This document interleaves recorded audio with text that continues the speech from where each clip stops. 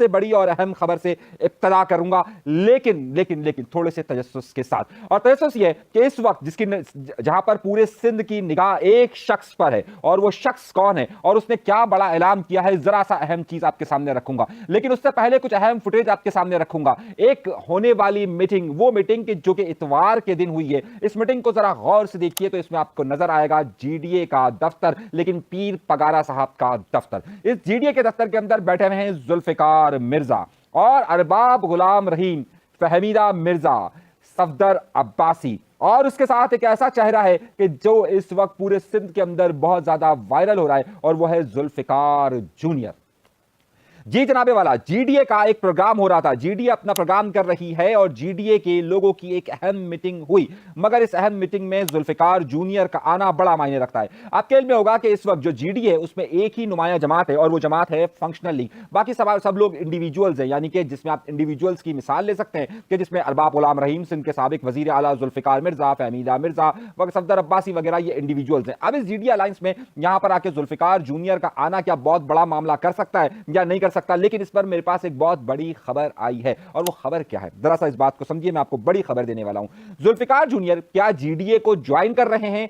सवाल सुनिएगा, क्या जुल्फिकार जूनियर जीडीए को ज्वाइन कर रहे हैं? इस सूरत हाल में पाकिस्तान पीपल्स पार्टी के लिए एक बड़े खतरे की घंटी बज सकती है। लेकिन जुल्फिकार जूनियर जैसे ही इस मीटिंग से बाहर निकले, वैसे ही जुल्फिकार जूनियर ने जब सवाल पूछा गया कि क्या आप जीडीए को ज्वाइन कर रहे हैं, तो उन्होंने मना कर दिया और उन्होंने कहा नहीं, नहीं और नहीं। आज की मीटिंग के हवाले से क्या आप जीडीए में शमूलियत करने जा रहे हो? नहीं। क्यों नहीं कहा? असल खबर यह है, असल खबर यह है, और असल मामला क्या है, जरा इसकी तरफ आपको लेकर आता हूं। यहां पर मामला यह है कि जीडीए है उसमें तमाम सियासी जमातें मौजूद हैं। अब मामला यह है कि जीडीए में दो मामला हैं। एक सबसे बड़ा मामला आपको याद होगा कि सिंध के अंदर जो तहरीक चल रही है वो कैनाल के ही खिलाफ एक नहीं चल रही है, बल्कि इसमें दो इश्यूज हैं। एक है कैनाल का और एक है कॉर्पोरेट फार्मिंग का। सवाल लफ्ज को जरा बड़े गौर से समझिएगा कि एक है कैनाल का मसला, यानी कि कैनाल का मसला वो है कि जिसमें पंजाब का ये इल्जाम आयद किया जा रहा है कि पंजाब तमाम नहरें निकाल लेगा और दरिया सिंध इससे मुतासिर होगा। लेकिन अब मसला क्या है? मसला यहां पर यह आ रहा है कि दूसरा जो प्रोजेक्ट है वो है कॉर्पोरेट फार्मिंग का, जिसमें मुख्तलिफ जो कंपनीज हैं उन्हें मुख्तलिफ जगहें दी गई हैं जहां पर वो अपनी फार्मिंग कर सकेगी। अब इशू क्या है कि यहां पर कुछ लोग कैनाल के तो खिलाफ हैं लेकिन कॉर्पोरेट फार्मिंग के खिलाफ नहीं है, जबकि जो सिंध के अंदर कौम परस्त मूवमेंट चल रही है वो कौम परस्त मूवमेंट ये कह रही है कि यहां पर कैनाल के भी हम खिलाफ हैं और कॉर्पोरेट फार्मिंग के भी खिलाफ हैं। जो इस वक्त बड़ा अहम नाम जुल्फिकार जूनियर है, जुल्फिकार जूनियर अपनी तकरीरों में और अपने बयानात में कई बार कह चुके हैं कि वो न सिर्फ कैनाल के खिलाफ हैं बल्कि कॉर्पोरेट फार्मिंग के भी खिलाफ हैं। पिछले दिनों जीए सिंध महाज के जो ग्रुप है, यानी कि बशीर कुरैशी, उनके जो लोग इस वक्त कराची प्रेस क्लब पे मौजूद है, वहां पर भी ये गए थे और इन्होंने एक ऐलान किया था कि वो वहां पर इन दोनों चीजों के खिलाफ मुहिम चला रहे हैं। अब सवाल ये कि इतलात ये आ रही हैं, गैर मुसद्दिका इतलात ये आ रही हैं कि उन्होंने जीडीए ज्वाइन करने का फैसला इसलिए दो वजूहात पर नहीं किया, और एक बड़ी वजह यह कि जुल्फिकार जूनियर किसी भी तौर पर पीर पगारा के अंडर में रहकर काम नहीं करना चाहते, ये मैं आपको बता रहा हूं। और उसकी एक अहम और वजह यह भी है कि पीर पगारा साहब यहां पर दो मूवमेंट चली, एक जीडीए अपनी अलग मूवमेंट कर रही है और कौम परस्त जमातें अलग मूवमेंट कर रही है। जो इस वक्त जुल्फिकार जूनियर है उनका ज्यादा झुकाव कौम परस्त जमातों की तरफ है, ना कि जीडीए की तरफ। अब जीडीए में एक इल्जाम यह किया जा रहा है कि जीडीए के कई लोग कॉर्पोरेट फार्मिंग की हिमायत में है, जबकि वो कैनाल के सिर्फ खिलाफ है। अब कॉर्पोरेट फार्मिंग की अगर वो हिमायत में है तो यकीनन जुल्फिकार जूनियर उनके साथ नहीं जा सकते, और यही बात जुल्फिकार जूनियर ने वहां पर कही है। क्या जुल्फिकार जूनियर इनसे अलग होकर ज्यादा झुकाव अपना कौम परस्त जमातों की तरफ रख सकते हैं या नहीं रख सकते? अब जुल्फिकार जूनियर की सियासत का यह बड़ा इम्तिहान है, और जुल्फिकार जूनियर के साथ अब लगता यूं है कि बहुत सारे लोग उनको जगह रोकने के लिए उनके आगे बढ़ेंगे। और जगह रोकने की उनकी जुल्फिकार जूनियर की सबसे बड़ी वजह यह है कि जुल्फिकार जूनियर के इस बयान के बाद वाज़ेह तौर पर यह लग रहा है कि वो पीर पगारा के अंडर में उस तरीके से काम नहीं करेंगे। लेकिन जुल्फिकार जूनियर की पिछले दिनों की मूवमेंट के बाद अब फर्क यह पड़ा है कि खुद मुराद अली शाह साहब को और सिंध के वुज़रा को यह बात अहकामात जारी किए गए हैं पाकिस्तान पीपल्स पार्टी की तरफ से कि वो अपने अपने हलकों के अंदर जाएं और राय आमा हमवार करें। इस वक्त बिलावल भुट्टो ज़रदारी साहब का ख्याल ये है कि जितने वुज़रा हैं और जितने एमएनएज़ हैं ये अपने इलाकों के अंदर नहीं जा रहे, अपने हलकों के अंदर जाकर काम नहीं कर रहे, इससे बड़ा मसला पड़ रहा है। और इसके लिए खास तौर पे मुराद अली शाह, शर्जील इनाम नेमन और इन सबको खास इंस्ट्रक्शंस दी गई हैं कि वो अपने अपने हलकों के अंदर जाएं। इसी वजह से मुराद अली शाह आज ठट्ठा और सजावल गए और इन्होंने वहां पर कहा कि भी हमने अवाम में आने का फैसला किया है। हुक्मरानों और अवाम के दरमियान फासले की ही वजह थी कि कैनाल के मामले पर पाकिस्तान पीपल्स पार्टी लेट हो गई। अब 18 तारीख को पाकिस्तान पीपल्स पार्टी कैनाल के हवाले से एक बड़ा जलसा करने का अनाउंसमेंट कर रही है और उसके लिए उन्होंने बड़ी भरपूर तैयारी की। बिलावल भुट्टो ज़रदारी साहब अभी नहीं आए, लेकिन गुज़िश्ता रोज भी वहां पर एक जलसे का ही एहतमाम किया गया। आप यूं समझिए शर्जील इनाम नेमन, निसार खोड़ो साहब, फरियाल तारपू साहबा, इन सब ने वहां पर खिताब किया और बड़ी सख्त जबान इन्होंने इस्तेमाल की। इस वक्त इनके दरमियान पाकिस्तान पीपल्स पार्टी के साथ ताल्लुकात और पाकिस्तान मुस्लिम लीग नून के साथ ताल्लुकात, लोग ये कह रहे हैं, बहुत सारे लोग ये कह रहे हैं कि पाकिस्तान पीपल्स पार्टी वहां से हुकूमत का सारा खत्म कर देगी। ताहाल इसके इम्कानात नजर नहीं आ रहे। कैनाल के मामला पर अभी तक पाकिस्तान मुस्लिम लीग नून का कोई वाज़ेह मौक़िफ़ नहीं आया, लेकिन पाकिस्तान पीपल्स पार्टी अब ताकत के साथ कैनाल के इशू पर सिंध के अवाम से बराह रास्त राब्ते की कोशिश कर रही है। क्या ये कोशिश कामयाब हो सकेगी, या कौम परस्त या GDA उन्हें यह रास्ता देगी, और खासतौर पर जुल्फिकार जूनियर उन्हें यह रास्ता देंगे या नहीं देंगे, ये बड़ा अहम सवाल है। जुल्फिकार जूनियर के हवाले से मैं आपको फिर बता रहा हूं, वाज़ेह कर रहा हूं कि वो GDA को ज्वाइन नहीं कर रहे। जुल्फिकार मिर्जा, अरबाब गुलाम रहीम हो या फिर ये दीगर लोग, उनके साथ वो सिर्फ इस मूवमेंट की हद तक जाना चाहते हैं, लेकिन GDA में वो शमूलियत इख्तियार करना नहीं चाहते। अब आइए खबर का अगला हिस्से पर। अब आइए दूसरी बड़ी खबर और पर। कराची शहर में डंपर के हवाले से जहां अब खामोशी हो गई, ऐसा लगता है कि गवर्नर सिंध साहब भी 12 तारीख तक तो बड़े बोले, और जब से आफाक अहमद साहब का मामला इशू खत्म हुआ है उसके बाद से गवर्नर साहब की तरफ से भी खामोशी है। 13 और 14 2 दिन गुजर चुके हैं और मुकम्मल खामोशी नजर आती है। जिस दिन गवर्नर साहब वहां पर मौजूद थे और उन्होंने कहा था, और उन्होंने बाकायदा आफाक अहमद साहब को कहा कि सफेद परचम वालों से भी मैं कहता हूं कि मेरे साथ चले, तो वो भी कहीं ना कहीं जो है वो हमलों से बाज नहीं आ रहे। अच्छा, ये 6 से लेकर 12 तारीख तक जो हुआ, हमने खास तौर पर महाजिर कौमी मूवमेंट के रहनुमा को दावत दी थी कि आप आएँ और हमसे गुफ्तगू करें और जरा हमें बताएं तो सही कि मामला क्या है। बड़े तल्ख सवाल हमने पूछे। उनका दावा, उनका कहना यह था कि आप हमें पूरा मौका दें पहले बोलने का। हमने उनको पूरा मौका दिया बोलने का, लेकिन जो सवाल है उनके जवाब भी आप देख लीजिएगा कि वो जवाब क्या हैं और किस तरीके के हैं, वो भी आपके लिए बहुत इंपॉर्टेंट रहेगा।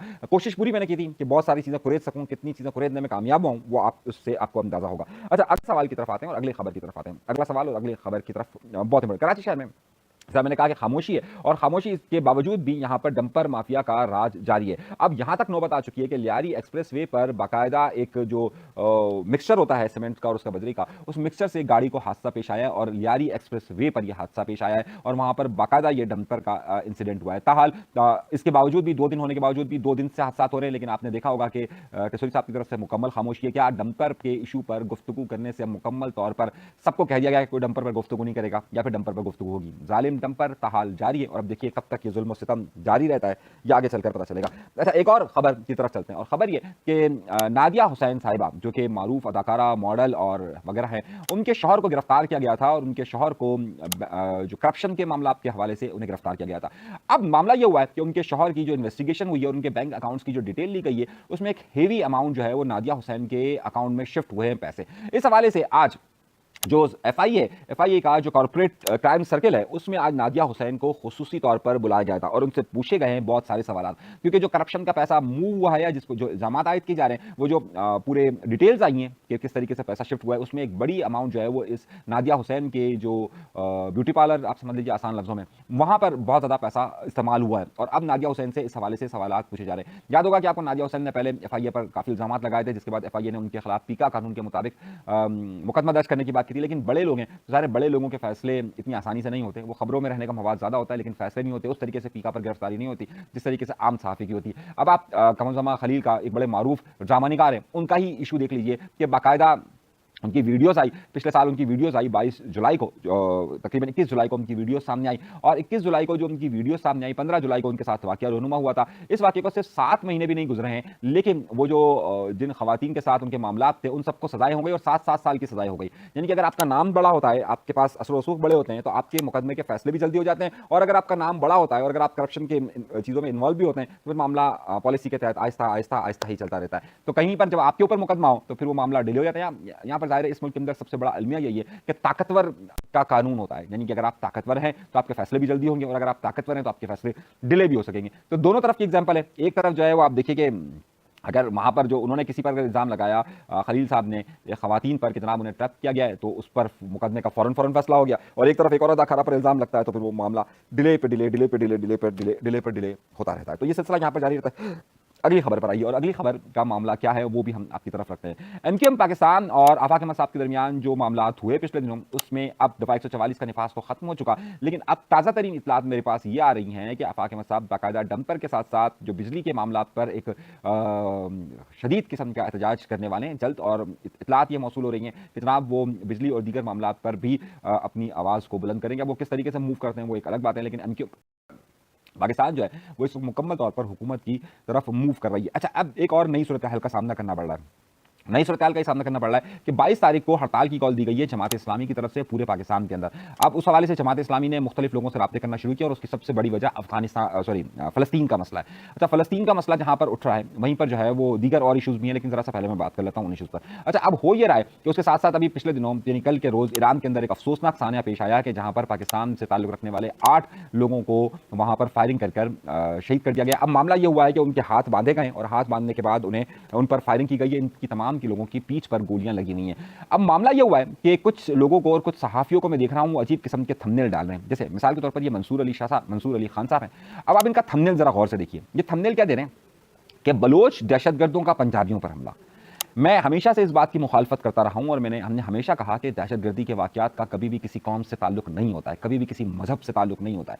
दहशतगर्दी होती है। यहाँ पर यह बाकायदा वाज़े तौर पर इससे से बहुत सारे ऐसे सहाफ़ियों को जानता हूँ कि जिनका ताल्लुक पंजाब से, उसमें जावेद चौधरी साहब के आप स्टेटमेंट्स को देखिए, बयानात को देखिए, आप मंसूर खान साहब के बयान को देखिए। अब ये टैगलाइन देने का मकसद क्या है कि बलोच दहशतगर्दों का पंजाबियों पर हमला।